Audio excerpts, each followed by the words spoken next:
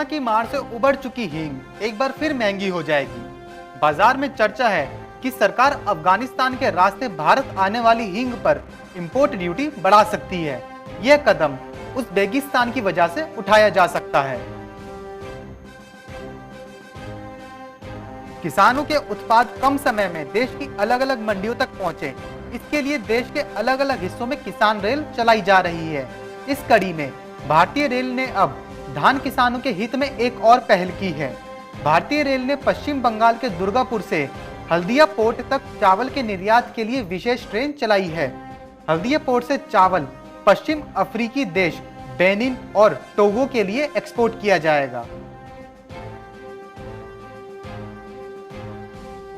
कपास के निर्यात में तेजी आई है क्योंकि वर्तमान में भारतीय कपास दुनिया में सबसे सस्ती है। कॉटन कॉर्पोरेशन ऑफ इंडिया ने पिछले 2 महीनों में करीब 50 लाख गांठ कपास बेची है। कपास का निर्यात तेजी से बढ़ा है, इसलिए उम्मीद है कि आने वाले सप्ताह में कीमतों में बढ़ोतरी होगी। हिसार में मूंग और बाजरे की खरीद हो चुकी है। पहले दिन हिसार अनाज मंडी में 711 क्विंटल बाजरा और 40 क्विंटल मूंग की खरीद हुई। पंजीकृत 40 किसानों ने बाजरा और 4 किसानों ने मूंग बेचा है। 1-2 दिन बाद फसल बिक्री में तेजी आएगी। फसल खरीद आढ़तियों के माध्यम से हुई थी। हरियाणा की अनाज मंडियों में धान की आवक शुरू हो चुकी है, लेकिन अभी तक इसकी सरकारी खरीद शुरू नहीं हो पाई है। इसकी वजह राइस मिल संचालकों की हड़ताल है। हड़ताल की वजह से सरकारी खरीद में बाधा उत्पन्न हो रही है। वहीं व्यापारियों और किसानों का कहना है कि सोमवार से परमल धान की सरकारी खरीद शुरू नहीं हुई तो परेशानी बढ़ने वाली है। बिहार के भागलपुर में इस वर्ष बड़े पैमाने पर मक्के की खेती कर किसान उचित दाम ले पाने में सफल नहीं हो सके हैं। कोरोना संक्रमण के कारण लॉकडाउन का इस पर बहुत बुरा प्रभाव पड़ा है। गत वर्ष किसानों के घर घर जाकर मुंह मांगी कीमत व्यापारी मक्का खरीदते थे। इस वर्ष 2000 से 2200 की जगह मक्का 1100 रुपए प्रति क्विंटल तक बिक रहा है। हरियाणा और पंजाब में धान की खरीद रफ्तार पकड़ने लगी है। हालांकि अन्य राज्यों में 1 अक्टूबर से धान की सरकारी खरीद शुरू हो चुकी है।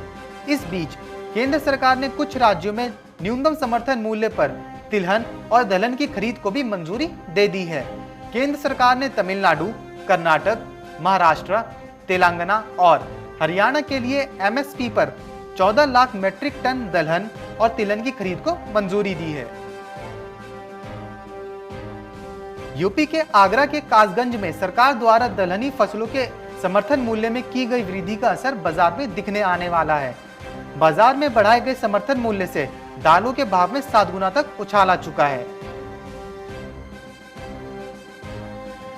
भारतीय दलहन एवं अनाज संघ आईपीजीए ने 1.5 लाख टन उड़द का आयात कोटा जारी करने के सरकार के फैसले का स्वागत किया है और कहा है कि इससे कीमतों में कोई बड़ी गिरावट आने की आशंका नहीं है।